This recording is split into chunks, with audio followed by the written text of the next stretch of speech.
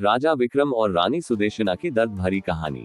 बहुत समय पहले हिमालय की गोद में बसे एक छोटे से राज्य में राजा विक्रम और रानी सुदेशना का शासन था। दोनों की जोड़ी प्रेम और आदर्श की मिसाल थी।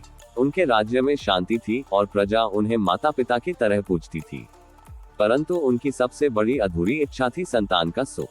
वर्षों तक पूजा अर्चना और यज्ञ करने के बाद अंततः रानी सुदेशना ने एक सुंदर राजकुमार को जन्म दिया। पूरे राज्य में उत्सव का माहौल था। राजकुमार को नाम दिया गया अरुण। वह जैसे जैसे बड़ा हुआ अपनी मासूमियत और समझदारी से सबका दिल जीतने लगा। परंतु विधि का विधान कुछ और ही था। अरुण 10 वर्ष का हुआ तो अचानक उसे एक अज्ञात बीमारी ने घेर लिया। राज्य के सारे वैद्य, विद्वान और तांत्रिक बुलाए गए पर कोई भी उसे ठीक नहीं कर सका। राजा विक्रम ने हार नहीं मानी। वह अपने बेटे को बचाने के लिए अपनी तलवार और मुकुट छोड़कर दूर दूर के देशों में औषधि और उपचार की तलाश में निकल पड़े। रानी सुदेशना अपने बेटे के पास दिन रात बैठकर उसकी देखभाल करती, उसकी हर सांस गिनती।